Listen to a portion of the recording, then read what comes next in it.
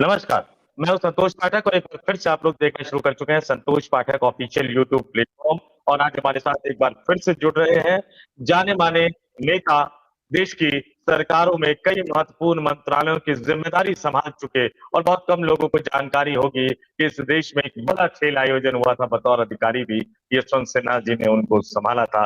यशवंत जी, आपका बहुत-बहुत स्वागत है हमारे यूट्यूब प्लेटफॉर्म पर। बहुत धन्यवाद जी। यशवंत जी, आज की शुरुआत उसी सवाल से करते हैं। जब कुछ महीने पहले हमारी और आपकी चर्चा हो रही थी, तो उसमें एक सवाल मैंने पूछा था आखिरी में कि आपको क्या लगता है बीजेपी को कौन बचा सकता है? आपने कहा आडवाणी जी की तबीयत खराब है, वाकई उनकी तबीयत खराब रहती है। आपने कहा मुरली मनोहर जोशी आगे आ सकते हैं, बाकी लोग आगे आ सकते हैं।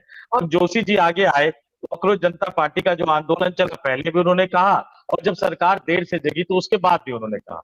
लेकिन जोशी जी जितना आगे बढ़ रहे हैं, क्या उतना काफी है या बीजेपी के अन्य बड़े पुराने नेताओं को भी अब सामने आना होगा, कुछ बड़ा करके दिखाना होगा, तभी जाकर बीजेपी के लिए हालात बदलेंगे?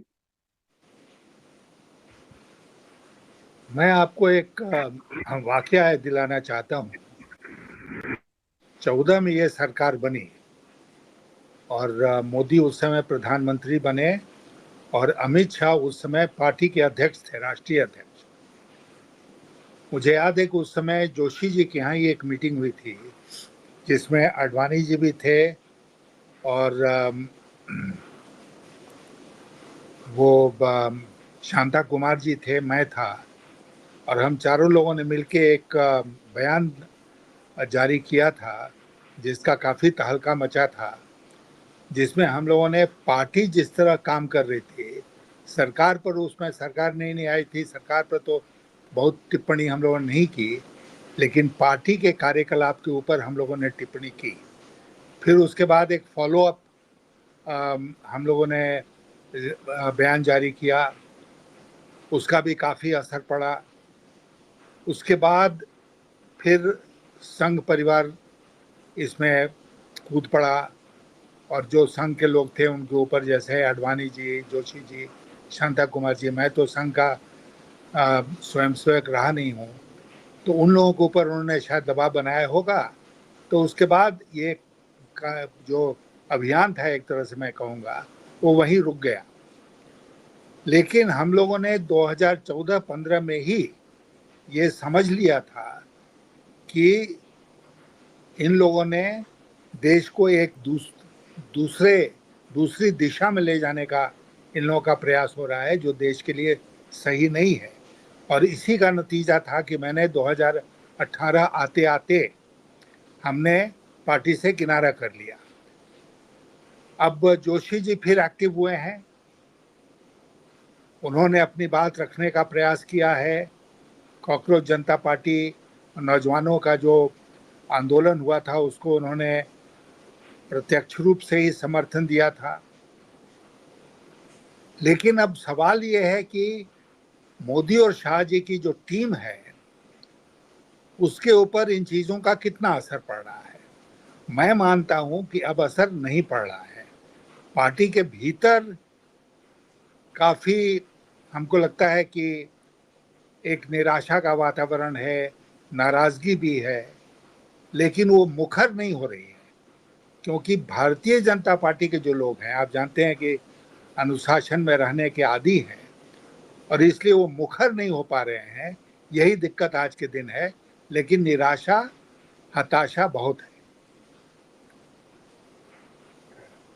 यशवंत जी, आप जिस दौर का जिक्र कर रहे हैं, पार्टी के राष्ट्रीय अध्यक्ष अमित शाह, लेकिन मोहन भागवत उस समय भी राष्ट्रीय स्वयंसेवक संघ के सर संचालक थे। आप वित्त मंत्रालय संभाला करते थे। विदेश मंत्रालय में तो शायद बहुत कम आलोचना संघ परिवार ने की होगी, लेकिन कभी कभी की। जब वित्त मंत्रालय संभाला करते थे तो मुझे याद है, जो भारतीय जनता पार्टी के अभी कुछ समय पहले तक राष्ट्रीय महासचिव थे मुरलीधर राव, स्वदेशी जागरण मंच चलाया करते थे। जंतर मंतर पर आपके खिलाफ नारे, अटल बिहारी वाजपेयी के खिलाफ नारे, राष्ट्रीय स्वयंसेवक संघ की अलग अलग जो संगठन है वो आपकी सरकार की नीतियों पर सवाल उठाते थे। आपने जिस वाक्य का जिक्र किया कि संघ ने प्रेशर डाला, संघ मतलब मोहन भागवत साहब, अब जो मोहन भागवत बार बार आके बोल रहे हैं, क्या इसका मतलब ये माना जाए कि कुछ लोग कह रहे हैं कि अब भागवत का काम सरकार को रास्ता दिखाना नहीं है, बल्कि जब जब मोदी साहब फंसते हैं तब तब वो मोहन भागवत को आगे कर देते हैं अपने आप को डिफेंड करने के लिए? क्या वाकई आपको भी यही लग रहा है क्या? देखिए, मैं बिल्कुल साफगोशी के साथ इस बात को कहना चाहता हूँ कि संघ जो है और संघ के स्वयंसेवक वो सुविधा भोगी हो गए हैं। मोदी इस कमजोरी को जानते थे और इसीलिए उन्होंने संघ को सारी सुविधाएं दी। मोहन भागवत को उन्होंने Z+ सुरक्षा दे दी। संघ कार्यालय जो था वो तालिका बन गई। हर जगह संघ के जो कार्यालय हैं वो सारी सुविधाओं से सुसज्जित हैं। तो संघ के जो स्वयंसेवक हैं वो बहुत आराम की जिंदगी आज के दिन काट रहे हैं। तो वो क्यों कुछ भी करेंगे कि ये जो उनकी गाड़ी है वो डिरेल हो जाए? नहीं करेंगे। और इसीलिए आपने देखा कि मोहन भागवत जी ने जो वो नौजवानों का समागम किया कल मुंबई में, तो क्या दिखाता है? वो ये दिखाता है कि वो सरकार के फॉलोअर हो गए हैं। संघ आज सरकार की फॉलोअर बन गई है। सरकार ये कब उनकी अब औकात नहीं है कि वो सरकार को यानी कि मोदी और शाह को कोई भी मशविरा दें, कोई भी डायरेक्टिव इशू करें। ये स्थिति है, बहुत गलत है, लेकिन है। अब क्या किया जाए? अ, यशवंत जी, ये तो बीजेपी की और संघ की बात हो गई। हम थोड़ा सा पार्लियामेंट की बात कर लेते हैं। हंगामे आपके समय भी होते थे, जब बीजेपी विपक्ष में थी तब भी हंगामे होते थे। प्रधानमंत्री के खिलाफ भी कई तरह के नारे लगे, देश के कई पूर्व प्रधानमंत्रियों के खिलाफ नारे लगे।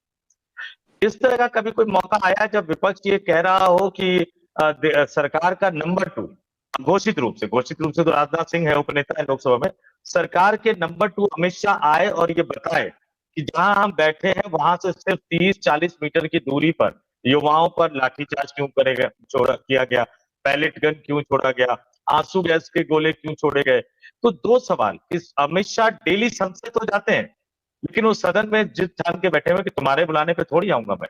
और एक दूसरी बात और, मंत्री जब सदन के अंदर बोलते हैं, आप राजनीति कर लीजिए या इधर उधर घुमा फिरा दीजिए, वो तमाम चीजें हैं, लेकिन क्लियर कट झूठ बोलना, सदन के अंदर खड़े होके मंत्री का ये कहना कि कोई गोली नहीं चली, कोई गोली नहीं चलाई गई, वो गन के आगे पहले हटा दिया उन्होंने। आधा सच आधा झूठ। अमित शाह के इस रवैये को कैसे देखते हैं? और सरकार के मंत्री जो बेलगाम हो गए, अब तो सदन के पटल पे झूठ बोलने लग गए, इसको आप कैसे देखते हैं सर? देखिए, हमको लगता है कि सदन की जो मर्यादा थी वो करीब करीब समाप्त हो गई है। मोदी ने 2014 में आने के साथ ही साथ बहुत सारे ऐसे कदम उठाए जिसमें कि पार्लियामेंट का जो मर्यादा ही नहीं, उसका जो रेलेवेंस था, सार्थकता थी, वो धीरे धीरे कम होके खत्म हो गई। मुझे याद है कि मैं उस समय फाइनेंस कमेटी का चेयरमैन था। पार्लियामेंट्री कमेटी जो होती है ना, तो हमारे सामने एक कानून का मसौदा आया, हम लोगों ने अपनी सिफारिश की, सिफारिश को सरकार ने देखा, फिर वो उसी के अनुसार उन्होंने उसके संशोधन के साथ सदन में वो फिर आए। और जब वो सदन में आए, प्रणब मुखर्जी उस समय थे वित्त मंत्री, तो हमने ये देखा कि उन्होंने कई नए प्रावधान उसमें और जोड़ दिए थे। तो मैं सदन में खड़ा हुआ और मैंने कहा कि ये जो बिल आप लाए हैं, ये तो एक नया बिल हो गया, क्योंकि इसमें नए प्रावधान आपने जोड़ दिए हैं और नए प्रावधानों को संसदीय समिति ने नहीं देखा है, तो इसलिए इसको दोबारा आप संसदीय समिति में भेजिए। सारा विपक्ष साथ था, हालांकि कांग्रेस पार्टी और यूपीए की मेजॉरिटी थी, लेकिन उन्होंने पास नहीं कराया बिल को। उन्होंने दोबारा हमारी बात को मानते हुए उस बिल को भेजा हमारी कमेटी को। इसके बाद इस सरकार के आने के बाद अगर 75% जो कानून के मसौदे पेश होते थे वो कमिटीज को रेफर होते थे, तो वो घट के 25% और आज पता नहीं कितना कम हो गया है। अब इतने महत्वपूर्ण कानून के दस्तावेज आ रहे हैं और कमेटी को नहीं जाएगा। तो पार्लियामेंट की का जो महत्व है उसको एक एक करके धीरे धीरे इन लोगों ने समाप्त कर दिया है। पार्लियामेंट के लिए इनके दिल में कोई इज्जत नहीं है, और इसीलिए हम देख रहे हैं कि मंत्री न केवल झूठ बोल के निकल जा रहे हैं, बल्कि जो मर्जी में आना है आएंगे, नहीं आना है नहीं आएंगे। राज्यसभा के अध्यक्ष को ये कहना पड़ा, किससे कहना पड़ा? नेता जो हैं सरकारी पक्ष के संसदीय कार्य मंत्री किरण रिजिजू को कहा उन्होंने। उन्होंने कहा कि आप कहिए, हमारी तरफ से रिक्वेस्ट कीजिए कि वो सदन में आए। डायरेक्टिव देना चाहिए ना, वो अध्यक्ष हैं, उनको दो डायरेक्टिव कि नहीं कल 11 बजे उनको पेश होना है। लेकिन हमको लगता है कि उनकी भी कुछ मजबूरी है, वो डायरेक्टिव नहीं दे सकते हैं। तो पार्लियामेंट, अच्छा दूसरी बात कि मोदी जी ने, आपको याद है ना कि कैमरे पर आकर उन्होंने वक्तव्य दिया, मन की बात कर रहे हैं, पार्लियामेंट सेशन में है। पार्लियामेंट में सेशन में होने का मतलब यह होता है कि पार्लियामेंट के बाहर कोई महत्वपूर्ण बात नहीं की जाएगी, जो करना है वो फ्लोर ऑफ द हाउस में किया जाएगा। तो कौन सी इज्जत बची पार्लियामेंट की? इनके सामने पार्लियामेंट की कोई इज्जत नहीं है। पार्लियामेंट केवल एक संस्था मात्र है जहां पर कि अगर आवश्यक हुआ तो बिल को हम पास करा लेंगे, लेकिन क्योंकि वो संविधान का उल्लंघन होगा इसलिए वो करना जरूरी है। लेकिन जितनी मर्यादाएं थी, जितने कन्वेंशंस थे पार्लियामेंट के, उसको एक एक करके इन्होंने समाप्त कर दिया है। यशवंत सर, कल से एक बड़ी खबर और ज्यादा चर्चा में है। आपने जिक्र किया राज्यसभा के सभापति और उपराष्ट्रपति राधाकृष्णन साहब का। यही मानसून सत्र था ठीक 1 साल पहले, मैंने उस पर भी एक स्टोरी भी करी है। 382 दिन पहले, पूरा 382 दिन पहले 21 जुलाई 2025 को जगदीप धनखड़ साहब दिन भर राज्यसभा की कार्रवाई का संचालन करते हैं। शाम को अचानक स्वास्थ्य कारणों से वो इस्तीफा दे देते हैं। आज तक वो तस्वीर नहीं आई कि वो खुद राष्ट्रपति भवन गए थे, मिले थे, नहीं मिले थे, वो तस्वीर नहीं आई। हमें कहा गया कि कैमरामैन छुट्टी था, कई सारी चीजें कही गई। राष्ट्रपति सचिवालय ने आरटीआई का जवाब कुछ और दिया, उपराष्ट्रपति सचिवालय ने आरटीआई का जवाब कुछ और दिया, और जगदीप धनखड़ बाद में काफी समय बाद निकलकर सामने आए तो उन्होंने कुछ और कहा। 21 जुलाई 2025 और अब जो है वो राधाकृष्णन के मुंह से शायद जैसे उन्होंने बोला किरण रिजिजू को कि आप कहिए गृह मंत्री से कि सदन में आए, उसके बाद उनके चेहरे का रंग थोड़ा सा बदल गया था। एक सवाल जितना आप मोदी साहब को समझ पाए हैं, क्या एनडीए गठबंधन में एक बार फिर से एक और उपराष्ट्रपति की समय से पहले विदाई होने वाली है? क्योंकि अमित शाह तो ये बिल्कुल पसंद नहीं करेंगे कि कोई उनको आदेश दे। अब भले ही उन्होंने अनुरोध किया हो, लेकिन अमित शाह के लिए तो आदेश की शैली में हो गया। तो क्या राधाकृष्णन साहब अब लंबे समय तक उपराष्ट्रपति रह पाएंगे? क्योंकि इसी तरह की गलतियां धनखड़ साहब ने की और विदाई हो गई उनकी। जबकि आपने देखा कि पश्चिम बंगाल में राज्यपाल रहते हुए उन्होंने अमित शाह का कितना काम किया, अमित शाह बहुत पसंद करते थे, लेकिन जब थोड़ी सी नाराजगी हुई तो विदा करने में देर नहीं लगा दी। राधाकृष्णन साहब कब तक अब रह पाएंगे देश के उपराष्ट्रपति? खतरे में है, राधाकृष्णन जी खतरे में हैं। उस बयान के बाद वो खतरे में है। और मैंने कहा ना कि इन संस्थाओं का इनके लिए कोई महत्व नहीं है। ये सबको समझते हैं कि हमारे ऑफिस का प्यून है, चाहे वो किसी भी पद पर हो। तो वो देश के उपराष्ट्रपति हैं, दूसरे सबसे महत्वपूर्ण व्यक्ति हैं। ऑर्डर ऑफ प्रेसिडेंस जो है उसमें राष्ट्रपति भवन में जब कोई भी कार्यक्रम होता है तो प्रधानमंत्री के पहले उपराष्ट्रपति का परिचय दिया जाता है। लेकिन इनसे, इन सब चीज़ों से इनको कोई मतलब नहीं है, किसी संस्था का कोई मतलब नहीं है। और इसीलिए मुझे कोई आश्चर्य नहीं होगा जब एक दिन मुझे पता चलेगा देश को कि उपराष्ट्रपति जी पर्सनल कारणों के चलते, व्यक्तिगत कारणों के चलते अपने पद को छोड़कर चले गए। यशवंत सर, एक विदेश मंत्रालय का भी आपने कार्यभार संभाला। ये जो हंगामा हुआ और ये अमित शाह सदन में आओ, इसके बीच में एक छोटी सी खबर ऐसी थी जो चूक गई, मेन स्ट्रीम मीडिया में आने से चूक गई। तमाम लोग कह रहे हैं एफसीआरए बिल अब वो पहले से लागू होगा या वर्तमान से लागू होगा। पहले ये गलत खबर कांड करवाते हैं, फिर उसका स्पष्टीकरण देते हुए नजर आते हैं। खैर, उसको एक तरफ रखते हैं। अमेरिका से बयान आता है एक सांसद का, और वो एफसीआरए बिल को वो क्रिश्चियन और चर्च के साथ जोड़ते हैं। और जैसे ही वो बयान आता है एकदम से मोदी सरकार में हलचल मच जाती है। अब वो 56 इंच वाला मोदी साहब का तो अलग कर देते हैं। अमित शाह अपने आप को थोड़ा सा कहते हैं कि मैं बड़ा ताकतवर हूं, मैं डरता नहीं हूं, झुकता नहीं हूं। अमेरिका के एक सांसद का बयान आते ही वो भारत में जो चर्च के मुखिया हैं, जो चर्च की लॉबी है, जो क्रिश्चियन लॉबी है, उनको मुलाकात करने के लिए बुला लेते हैं और वो मुलाकात करते हैं, उनकी बातें सुनते हैं। हमारे अपने देश के बच्चे जंतर मंतर पर बैठे रहे, हमारे अपने देश के जो पर्यावरण विद है सोनम वांगचुक जंतर मंतर पर बैठे रहे, लगातार गुहार लगाते रहे कि बात कर लीजिए, बात कर लीजिए। जेपी नड्डा बुलाते हैं बातचीत करने के लिए, पहले मोबाइल रखवा देते हैं, उसके बाद बाहर लाठियां और बाहर वो चीजें चल रही होती है। वार्ता के लिए जो बैठे थे जेपी नड्डा के घर पे, उनको पता नहीं लग रहा था जंतर मंतर पर क्या हो रहा था, ये संसद भवन में क्या हो रहा था। विदेश से एक सांसद का बयान आ जाता है और आप इतने हिल जाते हैं कि तुरंत आपको लगता है कि नहीं, हमें क्रिश्चियन लॉबी, हालांकि वो भी भारतीय है, 100% भारतीय है, लेकिन आप पहले उनसे बात कर लेते। पहले आप उनसे बात करते नहीं हो, अपने छात्रों से बात करते नहीं हो, जैन जी से बात करते नहीं हो, युवाओं से बात करते नहीं हो। अमेरिका से बयान आते ही आप बिल्कुल 360 डिग्री एक्टिव हो जाते हो। इसको लेकर आपका क्या मानना है?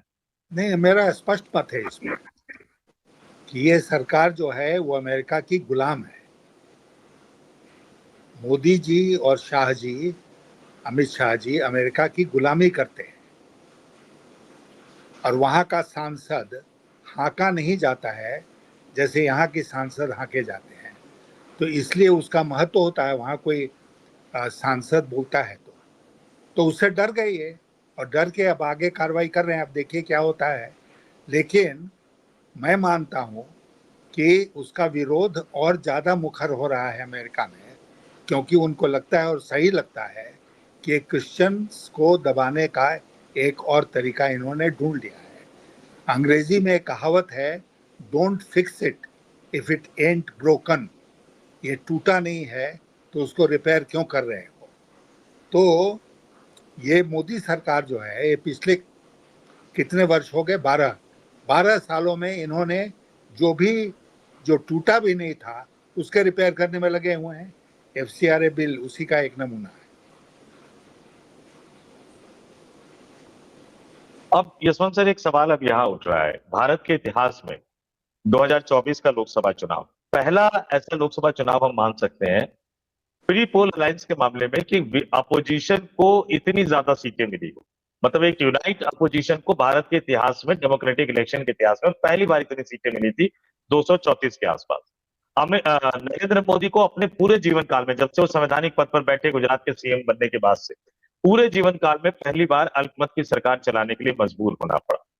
अब क्या हो रहा है कि जो ममता बनर्जी की पार्टी से जो 20 सांसद तोड़े, पहले वो 3 मुस्लिम नाराज थे, उनको ले नहीं रहे थे, जो भी दिक्कतें थी, अब सबसे नाश्ते पे मुलाकात कर ली। जो एक नाथ शिंदे को तोड़ा उनसे मुलाकात कर ली और कहा कि लोग कुछ भी कहे आप चिंता मत करो। जो टूट कर आए, अपने अपने दलों को छोड़कर आए, तमाम नियम कायदे कानूनों को तोड़कर आए, क्योंकि टीएमसी में तो हमने देखा, मुझे तो कई दिनों तक हम लोग उसको फॉलो कर रहे थे, वो 12-13 पूरे हो गए थे, 14-15-16-17 तक पहुंच नहीं पा रहा था, तो ऑफ द रिकॉर्ड बताया जाता था शत्रुघ्न सिन्हा आ रहे हैं, कीर्ति आजाद आ रहे हैं, शत्रुघ्न सिन्हा ने मना कर दिया, कीर्ति आजाद ने मना कर दिया, बड़ी मुश्किल से वो जैसे 20 के टैली पे पहुंचे, फिर भी वो पूरी लिस्ट ढंग से नहीं आई सामने। बिरला साहब थोड़ा सा लिहाज कर गए, अभी तक उनको नए दल में विलय को उन्होंने मान्यता नहीं दी है, लेकिन एनडीए की बैठक में बुलाए जा रहे हैं। सरकार ने ऑल पार्टी मीटिंग में उनको एक तरह से इनवाइट कर दिया, प्रधानमंत्री ने नाश्ता कर दिया। अब एक मुहावरा जो आता है, खुला खेल फर्रुखाबादी, सबको तोड़ेंगे, सारे दलों को तोड़ेंगे और उनको नाश्ते पे बुला के कहेंगे चिंता मत करो मैं हूं ना। क्या अब विपक्षी दलों को इससे निपटने के लिए कोई नया फॉर्मूला अख्तियार करना पड़ेगा? कुछ उम्मीद लगती है आपको कि इस तरह से आप बीजेपी को टैकल कर पाएंगे ये अपोजिशन पार्टी के लिए? नहीं, देखिए अभी इस सरकार जो है ना, इस सरकार के पास ताकत बहुत इकट्ठी हो गई है। पूरी सरकार की ताकत है, जो एजेंसीज हैं उनकी ताकत है और पैसे की ताकत है। अगर मान लीजिए कि कोई आपको ऑफर करे कि भाई 25 करोड़ रुपया ले लो, 50 करोड़ रुपया ले लो और हमारी तरफ आ जाओ, और नहीं तो फिर ईडी, सीबीआई और इनकम टैक्स और किसी किसी एजेंसी का सामना करने को तैयार रहो, तो आप क्या करेंगे? बहुत कम लोगों को ये हिम्मत होगी कि वो कहेंगे नहीं हम फिर भी लड़ेंगे। वैसे लोग बहुत कम हैं। इसलिए ये लोग डरा के, धमका के, दबा के सांसदों को खरीदने का काम कर रहे हैं। और न केवल टीएमसी को बर्बाद किया इन्होंने वो महाराष्ट्र की पार्टी शिवसेना जो बची खुची थी उसका भी वही हाल किया और भी दलों का हाल किया। तो इसलिए ये जो देखिए राजनीति में नैतिकता कम रहती है, कम होती है, ये सब लोग मानते हैं, बट नैतिकता बिल्कुल नदारद हो जाए ये भी लोग स्वीकार करने को तैयार नहीं है। कुछ तो नैतिकता होनी चाहिए, कुछ तो नैतिकता का दिखावा होना चाहिए। ये सरकार इतनी बेशर्म हो गई है कि इसको नैतिकता का दिखावा करने की भी कोई जरूरत नहीं है। बिल्कुल अनैतिक ढंग से ये काम कर रहे हैं। देश की जनता मुझे लगता है कि अब धीरे धीरे समझ रही है और हाल के दिनों में जो उपचुनाव हुए हैं उसमें इसका नतीजा कुछ देखने को मिला है। शायद आने वाले दिनों में इसका और प्रभाव हम लोगों को दिखेगा। यशवंत जी, आपने उपचुनाव का जिक्र किया, बांकीपुर का, दतिया का। अब यहाँ पे एक चीज बन रहा है, क्या प्रधानमंत्री को लग रहा है कि संकट पड़ रहा है? क्योंकि जैसे ही उपचुनाव के नतीजे आए, अगले दिन उन्होंने नीतीश कुमार से भी मुलाकात की, अगले दिन उन्होंने शिवराज सिंह चौहान से भी मुलाकात की, और आज अकाली दल के जो नेता हैं उन्होंने प्रधानमंत्री नरेंद्र मोदी से मुलाकात की। जब आप सरकार में थे तो अकाली दल और शिवसेना दो पुराने सहयोगियों में थे बीजेपी के, बीच में खटास हो गई, वो दोनों अलग हो गए। अब वापस पुराने सहयोगियों के साथ मिलना, मुलाकात करना। पंजाब में कह रहे थे कि अपना मुख्यमंत्री बनाएंगे, लेकिन उस तरह की स्थिति नहीं बन रही। क्या मोदी इस खतरे को महसूस कर रहे हैं और इसलिए वो उन तमाम लोगों के पास जा रहे हैं जिनको अपमानित करके या तो उन्होंने कुर्सी से हटा दिया था, या जिनको अपमानित करके उन्होंने गठबंधन से निकलने पर मजबूर कर दिया था? क्या पॉलिटिक्स उस तरफ जा रही? देखिए, आप और आप अगर समझ रहे हैं तो मोदी जी अवश्य समझते होंगे इस बात को कि जो संकेत मिला, आपने बांकीपुर और दतिया की बात की, गुजरात में इनका वोट शेयर कितना कम हो गया पिछली चुनाव की तुलना में। इन उस विधानसभा सीट पर भारी गिरावट आई है वोट शेयर में। तो इसीलिए ये जो संदेश है वो इतना साफ है कि मोदी जी को न चाहते हुए भी इसको स्वीकार करना पड़ रहा है। इसलिए वो हाथवा मारे, एक कारण। दूसरा कारण जो है वो ये है कि ये इन केंद्र प्रकार ने दो तिहाई बहुमत संसद में, लोकसभा में, राज्यसभा में अपनी ओर करना चाहते हैं, ताकि वो जो बिल है परिसीमन वाला, महिला आरक्षण वाला, उसको पास करा के और भारत की संसद का वही हाल कर दें जो रूस की संसद का है। यही इनकी मंशा है और इसलिए ये सारा खेल हो रहा है। मैं आशा करता हूं कि विपक्षी दल इसको समझेंगे और इस खेल को रोकेंगे आगे बढ़ने से। यहाँ पे एक सवाल और है यशवंत जी। सरकारों और विरोधियों में पहले जो भी हो, लेकिन एक सामंजस्य होता था। मुझे याद आ रहा है कि शायद हम लोग जो अभी जो सीटें हैं राज्यवार, वो तो 1971 की जनसंख्या पे है, लेकिन अटल जी की जब सरकार थी 2001-2 में, शायद वो डिलिमिटेशन वाला जो एक ही राज्य में उसको दोबारा से पुनर्निर्धारण सीमा वाला वो मामला था, और 2009 के लोकसभा चुनाव से वो लागू हुआ जब मनमोहन सिंह प्रधान। तो ना बीजेपी ने बहुत ज्यादा हंगामा किया होगा, ना कांग्रेस ने किया होगा, क्योंकि लागू हुआ दो दो प्रधानमंत्रियों के टाइम। अब जो एक बात कही जा रही है, एक बड़ा ये भी दिलचस्प है कि सरकार कह रही है 543 वर्तमान की संख्या है, जो अधिकतम 550 हो सकती है, उसको बढ़ा के वो 850 करे। राज्यसभा में अभी 245 है, अधिकतम 250 हो सकते हैं। ये जो हमारे पास वर्तमान संख्या है, अगर लोकसभा और राज्यसभा, लोकसभा को बढ़ा दिया जाए 850 अगर हो जाए, तो 1100 के आसपास हो जाता है। सांसदों का काम जिस तरह से खत्म कर दिया गया है, सांसदों के कानून बनाने में प्रक्रिया और उनकी भूमिका को खत्म कर दिया गया है, जिस तरह के आर्थिक संकट में भारत फंसा हुआ है, क्या भारत जैसे देश को अभी 1100 सांसदों की जरूरत है क्या यशवंत जी? वाकई बिल्कुल, बिल्कुल ही नहीं है। न भारत को 800 सांसदों की जरूरत है, न नए संसद की बिल्डिंग की जरूरत थी, किसी चीज की जरूरत नहीं थी। ब्रिटेन की पार्लियामेंट जो है वो वेस्टमिंस्टर में पता नहीं कितने 100 साल से चल रही है। वहां पर संख्या भी नहीं बढ़ी, बिल्डिंग भी नहीं बदली। देखिए, मोदी जी को देश समझ नहीं पाया है, हम भी नहीं समझ पाए हैं। मोदी जी बिल्कुल अलग किस्म के व्यक्ति हैं। अब वो नॉन बायोलॉजिकल हैं कि क्या है मैं नहीं जानता हूं, लेकिन मोदी जी पता नहीं क्या कितना डैमेज करके जाना चाहते हैं इस मुल्क का, उसका शायद अंदाज आज भी हम लोगों को नहीं हो रहा है। और मैं तो ये मानता हूँ कि उनके जाते जाते अगर ये 3 साल और रह गए तो जाते जाते प्रजातंत्र की जितनी संस्थाएं हैं वो नष्ट हो गई होंगी, प्रजातंत्र इस देश में लंगड़ा लूला हो गया होगा और बहुत मुश्किल से आगे चलकर हमको उम्मीद है कि देश की जनता प्रजातंत्र को संभाल पाएगी। तो ये उनकी फितरत है, ये उनका स्वभाव है। अब क्या किया जाए, है तो है। आपने बिल्कुल सही कहा, संसद के नए भवन का जिक्र किया। वो जो मकर द्वार पे आप जो छाता ले जाके हम देखते हैं, तो अब लोकसभा स्पीकर ने कहा कि पोर्च बनाने की उस पर कार्रवाई करो और देखो, तो इसका मतलब पहले ढंग से प्लानिंग नहीं की गई थी। और यशवंत जी, आप हमारे साथ जुड़े और आपने हमारे दर्शकों को इन तमाम जानकारियों के साथ रूबरू करवाया। पहले वाला इंटरव्यू भी बहुत जबरदस्त हिट हुआ था और जहां तक पहुंचनी थी वहां तक बात जरूर पहुंची थी, क्योंकि उसका रिएक्शन मेरे पास, प्रतिक्रिया आई थी, तो इसका मतलब वहां तक बात गई थी। और निश्चित तौर पर इस बार भी आपने बहुत सारे खुलासे किए हैं, इसके लिए आपका बहुत बहुत धन्यवाद और आभार सर। Thank you.